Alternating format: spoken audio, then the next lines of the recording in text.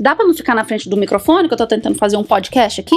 E aí, meu povo, bem-vindo ao Babado Bíblico, o quadro onde a gente conta as histórias mais cabulosas das escrituras de um jeito leve, descontraído e fácil de entender. E hoje o babado é forte. Se você acha que já viu de tudo, segura essa. A Bíblia tem uns babados que você nem imagina. Tem traição, treta, calamidade, roubo, histórias que você fica assim. Porque, gente, se a Bíblia fosse série, ia ter mais plot twist que Game of Thrones. You admit you poisoned the king? No. Of that I'm innocent. I'm guilty of a far more monstrous crime. I'm guilty of being a dwarf. I demand a trial by combat.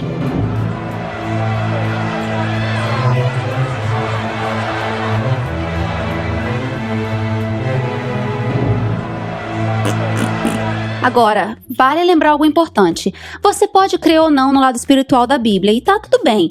Mas uma coisa é certa. Fatos históricos que estão na Bíblia já foram comprovados várias vezes. Então isso aqui não é fantasia, é história. E a história de hoje é um verdadeiro true crime bíblico. Hoje, vamos falar de Davi e Betseba. Uma das traições mais inesperadas da Bíblia e que destruiu uma família inteira. Olha, imagino, né, que a maioria de vocês já ouviu falar de Davi. Ele é um dos personagens bíblicos mais famosos e o rei mais venerado da Bíblia. Um fato interessante, já que estamos falando de Davi. Você sabia que encontraram as ruínas do palácio do rei Davi lá em Israel? A área hoje se chama Cidade de Davi, muito original. O quê? Não acredito. Enfim, voltando ao assunto, a Bíblia diz que ele era um rapaz bonito, mas rejeitado pelos irmãos por ser bastardo. Ou seja, antes dele ser rei, Davi era tipo assim, o cocô do cavalo no meio da estrada. O que faz a história de hoje ser ainda mais chocante é que Davi era conhecido como um homem segundo o coração de Deus, ou seja, um cara cujos pensamentos e sentimentos eram alinhados com os de Deus. E aí, de repente, um homem me mete um escândalo desses? Ai, gente, quem diria, hein, rei Davi? Tá, mas antes de começar a história em si, se você gosta desse tipo de conteúdo e quer ficar ligado nas atualizações... Se inscreve no canal, ativa o sininho e deixa o seu like. Eu tô rindo porque a minha dicção é péssima, então eu tô assim articulando pra tentar passar a mensagem pra vocês. Então, babadeiros, sentem aí, peguem um café, a pipoca e relaxem, porque agora a gente vai mergulhar nesse escândalo que mudou a história de um reino inteiro. Porque aqui, ó, a história é antiga, mas o babado continua bem atual. Babado bíblico. A história de hoje se encontra em 2 de Samuel, capítulo 11 ao 18. Tudo começou numa primavera qualquer, que era a estação das batalhas. Antigamente os reis, eles esperavam acabar o inverno para ir para a guerra. Mas assim, faz sentido, né? Para que matar gente no frio? Para que conquistar terras no frio? Tem que ter pelo menos um mínimo de conforto na hora de cometer certas atrocidades, você não acha não? Agora o normal era que os reis também fossem para o campo de batalha. E todos os reis estavam nessa guerra aí, menos um. Em 2 de Samuel, capítulo 11, versículo 1, fala bem assim, ó. Na primavera, época em que os reis saem para a guerra, Davi enviou Joabe com seus oficiais e todo o exército de Israel. Eles derrotaram os amonitas e cercaram Rabá, mas Davi permaneceu em Jerusalém. Só pra gente não se perder aqui rapidinho, quem eram os amonitas? Então, os amonitas eram o povo inimigo de Israel, né? Obviamente. Quer dizer, naquele momento, porque o povinho pra ter inimigo, né? Toda hora um inimigo diferente. A guerra contra eles já tinha começado fazia um ano e o exército de Israel já estava ganhando. Só faltava conquistar Rabá, que era a capital deles. Então Davi pensou, né? O exército dá conta, eu vou ficar aqui relaxando no palácio, na minha, tomando uma caipirinha. Relax. Gente, como eu falei antes, Davi ele era um guerreiro. Mas nesse momento ele estava confortável demais no trono. Pra você ver, né? Quando a gente tá no auge do sucesso, quando a gente tá no conforto, é quando a gente tem que ter mais cuidado. Mas Davi estava em Jerusalém, né? Isso aí já foi estabelecido, ele estava lá no seu palácio. Agora imagina, bora lá de cenário do que estava acontecendo naquele momento, que aconteceu naquele belo dia. Era um dia perfeito, céu azul, brisa leve, primavera, né? Ai, moça, vê o que você está fazendo aqui? Que boa ideia este casamento primaveril em pleno outono. Tona, que é isso? Você tá de sacanagem comigo? Que é isso? Davi resolve subir até a sacada do palácio. Por quê? Por que não? Davi estava lá, contemplando o reino e tal, quando de repente ele viu uma mulher num terraço de uma casa aí qualquer lá do reino. tomando banho. Em vez de se retirar e voltar pra dentro, não, ele ficou lá observando, né? Vizinho bem intrometido. Os banhos eram tomados em pátios fechados, sabe? Com muro ao redor e tal. Assim, eu imagino, isso aqui não é fato não, tá? É teoria minha. Mas eu imagino que por ser época de guerra, a maior parte dos homens não estavam na cidade. Então, provavelmente a mulher achou que estava tudo bem, tomar banho lá, sem tomar certas precauções que imagino que ela tomaria se as circunstâncias fossem diferentes. E o rei Davi também provavelmente não estava esperando ver o que ele viu, né? E, assim, se você parar pra pensar nesse negócio de terraço, de pátio fechado, quantas casas que eram altas o suficiente pra ver o terraço dos outros? Praticamente nenhuma, só o palácio, né? Agora imagina se tu tá lá de boa, tomando teu banho e o rei do país tá te observando, tá lá te stalkeando. Ai, gente, mulher não tem paz? Mulher não tem paz mesmo. Daí Davi pensou, né? Só olhou e pensou. Quero esse fruto proibido. E aí, meu povo, o coração conforme de Deus, né? Deu uma leve fraquejada. Davi viu essa mulher e não conseguiu tirar os olhos dela, porque, tipo, ela era muito bonita. Então ele falou pros seus servos, assim, irem lá averiguar quem era essa mulher. Mas afinal, né? Você deve estar se perguntando quem era Betseba. A Betseba, ela não era qualquer uma não, tá? Ela era filha de Eliam, que era um dos soldados do exército de Davi, neta de um dos conselheiros do rei. Principalmente, o cargo principal dela é que ela era esposa de Urias, que era um dos soldados mais leais de Davi. Ou seja, ela era casada. E quando disseram pra ele que ela era casada, Davi deveria ter parado aí, né? E cuidar da vida dele e falar, ok, então legal, bom saber.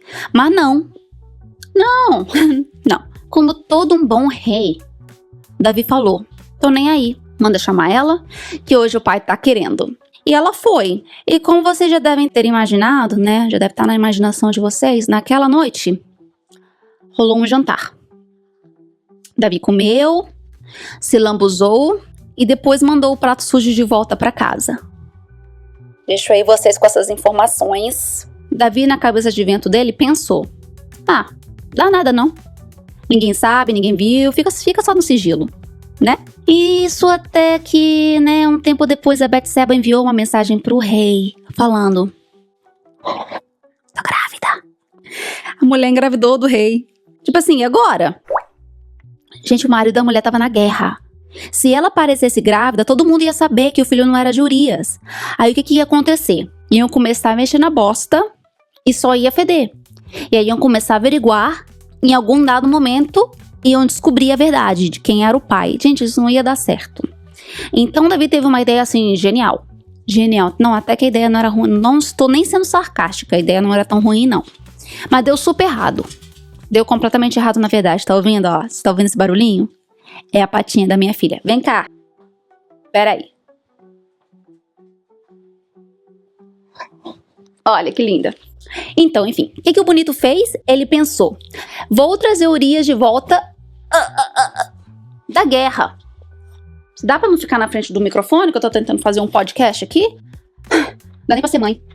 Tá, o que ele fez, né? Ele falou assim, eu vou trazer Urias de volta da guerra. E daí ele vai pra casa, né, tem lá relações com a esposa dele, e todo mundo vai achar que a criança é dele, né? E até aí tudo bem, concorda? Eu achei viável. E ele mandou chamar Urias de volta da guerra. E Urias, muito obediente, voltou, né? Como se tivesse escolha. E quando ele chegou, Davi tentou convencer ele de ir pra casa dormir com a Betseba. Mas, gente, ele foi? Você foi? Eu não fui. Ele foi? Também não. Ele era um homem, assim, leal e de honra, sabe? Ele não quis de jeito nenhum voltar pra casa e dormir com a esposa sabendo que seus companheiros estavam no campo de batalha lá morrendo. Como assim eu vou pra casa, de boa, sabendo que tá rolando uma guerra que eu deveria estar lá com os meus companheiros, entendeu? Ajudando. Mas Davi, ó, era insistente, viu? Ele tentou de novo, tentou, chegou ao ponto de embebedar o pobre do Urias. Olha, você arrotou na minha cara. Você arrotou na minha cara, me explica. Que modos são esses? O que eu tava falando? Tá, ele dormiu, ele ficou bêbado e não voltou pra casa. Ele dormiu bem na porta do palácio. Aí ferrou, né, gente? O plano foi completamente por água abaixo. Não deu certo. Olha, Davi, recadinho pra você. Nem todo mundo é igual a Vossa Majestade, que não aguenta não, tá? Tem gente que tem certas morais. Agora pensa, numa circunstância dessa, qualquer pessoa normal assumiria seus BOs. Mas Davi não, gente. Davi era rei, não tinha necessidade de assumir BO nenhum, entendeu? Ele tinha uma reputação. E foi aí que ele tomou a decisão mais cruel da vida dele. Que você, quando tá lendo a Bíblia, você lê, você fala assim... Quê? Ele resolveu escrever uma carta secreta pro comandante do exército, dizendo assim... Estou rindo, mas é de nervoso. A carta falava assim, ó... Coloque Urias na linha de frente da batalha. Batalha de batalha? Não sei. E quando a coisa ficar feia, abandone ele lá, só larga ele lá. Cara... Isso aí não é nem a pior parte. Adivinha só quem levou a carta até o comandante? O próprio Urias! O Davi mandou ele de volta pra guerra, carregando a própria sentença de morte, você tá me entendendo? Sem nem mesmo ele imaginar, ele lá todo leal, né? Provavelmente com curiosidade, mas leal ao rei, não abriu a carta. Eu teria feito diferente. Mas enfim, naquele dia, Urias foi colocado na linha de frente. Foi abandonado no campo de batalha e foi morto pelo exército inimigo. Exatamente como Davi planejou. Agora, o que faz a história ainda mais trágica é que Urias não era um soldado qualquer. Ele fazia parte dos valentes de Davi, que era tipo tropa de elite, sabe? Eram, assim, os soldados mais chegados a Davi, que estiveram presentes em todas as batalhas, vitórias, derrotas, perseguições. Ou seja, dos soldados mais fiéis e corajosos do rei. Gente, assim, o próprio amigo mandou matar ele, sabe? Se isso não é golpe baixo, eu realmente não sei o que é. Agora, presta atenção. Quando chegou a notícia do falecimento de Urias, Davi fingiu assim surpresa. Oh, nossa, que tragédia. Um herói da pátria. E você acha que acaba aí? Acaba aí não. Pouco tempo depois, assim, talvez pra tentar se redimir, pode ser, né? Quem sabe? Davi pega e se casa com a Betseba. Ele casou com a mulher do falecido, da morte matada. A coitada também grávida, né? Nem escolha tinha. Vai fazer o quê? Ainda mais o rei querendo casar? Vou até respirar aqui. Agora, Davi pode até ter pensado que tinha se livrado do problema, porque pensa, olha, a guerra estava vencida, Urias estava morto, ele casou com Betseba e o bebê estava a caminho. Tudo certo, né? Tudo certo. Errado. Errado, bem errado, muito errado. Porque na Bíblia, amor, nada passa batido. Basta, assim, ler uma página que você sabe que nada passa batido. Deus viu tudo. Chocante, eu sei. Só que Deus não puniu Davi na hora não, tá? Assim, bem clássico. Geralmente é o que acontece. Ele não puniu Davi na hora. Ele esperou e Davi não se arrependeu por conta própria. Entendeu? Deus deu chance dele se arrepender, né? Cair em si. E aí Deus falou, tá bom então, né? Então vamos ter que resolver isso do meu jeito. Gente, não adianta, ele não deixa passar. Cedo ou tarde, né? Então o que Deus fez? Deus mandou um profeta muito importante até Davi, Natan. Natan, ele era um dos profetas mais conhecidos e ele tinha uma relação muito próxima com Davi. Ou seja, não era qualquer pessoa que bateu na porta de Davi dizendo, tem uma palavra do Senhor para você. Não, gente. Natan, ele já tinha entregado profecias e palavras para Davi antes da parte de Deus, e essas profecias já tinham se cumprido e tal. Ou seja, Davi sabia que o que vinha da boca de Natan vinha da boca de Deus. Natan, ele estava com uma missão difícil, pensa. Chamar a atenção do rei sem perder a própria cabeça, né? Porque... Então, Natan não chegou acusando diretamente, não. Ele foi, assim, bem inteligente, na verdade. Ele chegou contando uma história pro rei. Uma parábola que se chama, né? A parábola da ovelhinha. Existia um homem rico que tinha muitos bois e muitas ovelhas. E existia um homem pobre, muito pobre, coitado, que tinha apenas uma ovelhinha. Gente, ele amava essa ovelhinha, ele dava de comer na mão, assim, ó. Dormia com ele beijava a ovelhinha. A ovelhinha era a coisa mais preciosa que esse homem pobre tinha. Um dia o viajante chegou na casa do homem rico. E o homem rico não quis pegar nenhuma das suas ovelhas para fazer um jantar, como era de costume fazer para os viajantes, né? Aí o que o homem rico fez? Ele roubou a única ovelha do homem pobre e matou para servir ao viajante. Gente, vocês não estão entendendo. Davi, ouvindo isso, ele começou a ficar irado. E Natan, né, muito sarcasticamente perguntou: Ó, meu rei, o que você acha que deveria acontecer com este homem? Davi, revoltado, menino, levantou da cadeira bufando e respondeu: Esse homem merece morrer. Ele tem que pagar 4 vezes mais o que ele roubou. Ai, gente, oportunidade perfeita, né? Então, Natan só olhou assim pro rei, dentro dos olhos dele, dentro da alma dele, e falou: esse homem é você. Ai, gente, eu adoro uns expos desses. Gente, ele falou assim, ó: Davi, meu filho, você tinha tudo. Deus te deu um reino, riquezas, vitórias, e você pegou a única esposa de Urias e ainda matou o cara. E aí vem maldição, tá? Porque não adianta fazer um expose, não. Você também tem que jogar uma praga. Aí Natan mandou uma assim pra ele, ó, na lata. Por causa disso aí, a espada nunca vai se afastar da sua casa. Bem básico, né? Gente, o Davi, ele levou um belo de um expose. Pior da Bíblia talvez não seja, mas foi... Até o momento, Davi estava vivendo como se nada tivesse acontecido, só pensa, né? Ele tentou esconder o pecado, se casou com Betseba e seguiu a vida. Mas agora estava tudo escancarado. Só que ao contrário de muita gente, ao contrário do que muitas pessoas fariam, Davi ele não fugiu da verdade quando ele foi exposto, não.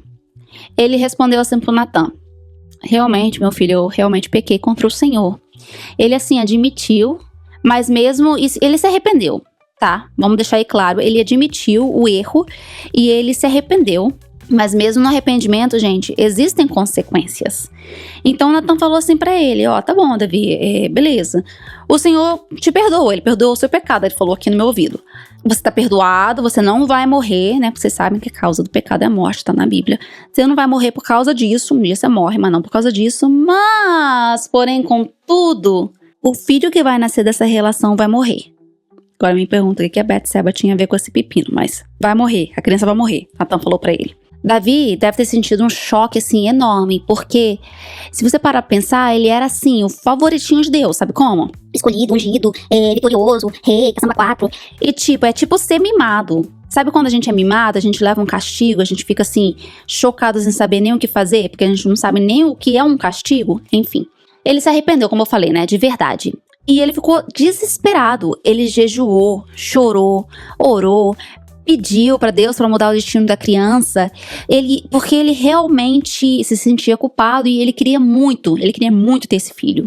Mas Betseba deu à luz e depois de 7 dias, o bebê faleceu.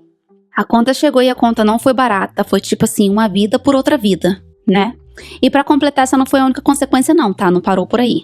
Gente, parece que eu só tô falando desgraça atrás de desgraça, mas é porque foi mesmo.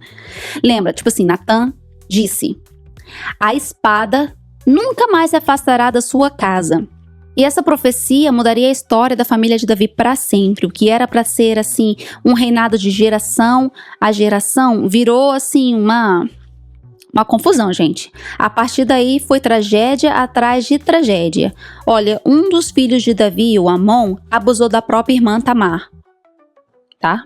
Daí, por causa disso, Absalão, que era outro filho de Davi, matou o Amon por vingança. Aí depois disso, o mesmo Absalão se rebelou contra Davi e tentou tomar o trono dele. Isso aí é só a ponta do iceberg, tá? As coisas foram, assim, tudo nesse nível. Aconteceu um tanto de coisa. Ou seja, a casa de Davi virou um verdadeiro inferno. Acho que ele vivia pisando em ovo, só pode, né? Tipo assim, quem vai me dar a próxima facada? Como eu disse antes, Davi teve muitas esposas, assim, e praticamente ele teve um filho com cada esposa, o que pra mim significa que com certeza ele não construiu um relacionamento com ela, né, com elas, pra ter um filho com cada uma. Agora, Betseba foi diferente. Betseba foi claramente a esposa mais importante e querida de Davi. Ele realmente se importava com ela, tanto que quando eles perderam o filho, ele ficou ao lado dela, né, tipo assim, não faz mais o trabalho dele, mas tempos diferentes, né? Seja por culpa, amor, remorso, o fato é que ele ficou ao lado dela e apoiou. E teve 4 filhos com ela, diferente, né, de todas as outras, incluindo Salomão, que tudo indica ter sido o filho mais amado de Davi. Aí você me pergunta por quê, né? Porque Salomão herdou o trono, sem nem sequer ser o filho mais velho. Ou seja, Betseba saiu da posição de amante, né, de escândalo, para a rainha mãe do futuro rei, que ficou conhecido como o rei mais sábio e mais rico de Israel. Deus, ele teve misericórdia deles e Deus abençoou os dois com filhos. Quando Salomão nasceu, a Bíblia diz que Deus o amou profundamente. Voltando a... Não querendo repetir não, mas Salomão é um personagem importantíssimo das escrituras. Bom, e essa é a história de como Davi, um homem praticamente perfeito, escolhido, ungido, rei, cobiçou a mulher do próximo, engravidou ela e mandou matar o marido dela pra esconder o que ele fez. Agora eu vou dar uma conclusão aqui pra vocês. Escolhas erradas trazem consequências enormes. A história de Davi mostra que qualquer pessoa pode errar, até um rei escolhido por Deus. Mas o que define a gente não são os nossos erros, e sim como lidamos com eles. Bom, vamos lembrar aqui que há uma lição a ser aprendida em tudo, seja coisas que são boas e coisas que são ruins. Então sempre tem esperança, gente. Calma aí, que se você, cometeu alguma coisa aí, aceite o seu erro, se arrependa e bola pra frente. Enfim, comenta aí embaixo, tá? Qual história, o que você achou dessa história e qual história você gostaria de ouvir da próxima vez. E esse foi o Babado de hoje. Espero que vocês tenham gostado e até o próximo episódio. Ah, e não esquece de seguir, tá? Beijo!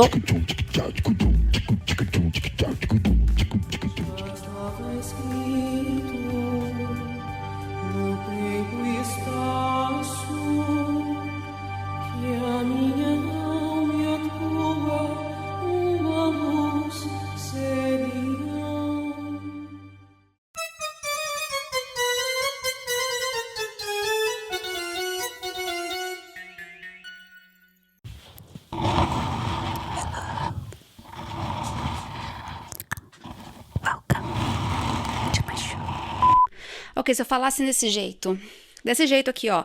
O microfone fica na minha cara? Bora testar. Luna, você vai vir no meu colo, você tem que esperar. Eu só preciso que você espere. Tá bom, minha filha? Eu não achei que essa configuração aqui era melhor do que a outra, não. Então vou... Ué. Agora eu tô confusa. Será que o microfone fica baixo? Acho que não, né? Vou precisar de uma maquiagem, menina. Meu Deus.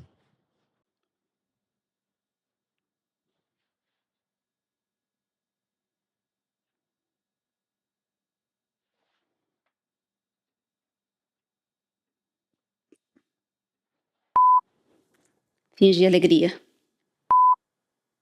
Can we get out of here? No, I'm enjoying this. Well, I can't watch. Excuse me. Scrawled in blood. What's it say? See you next Wednesday.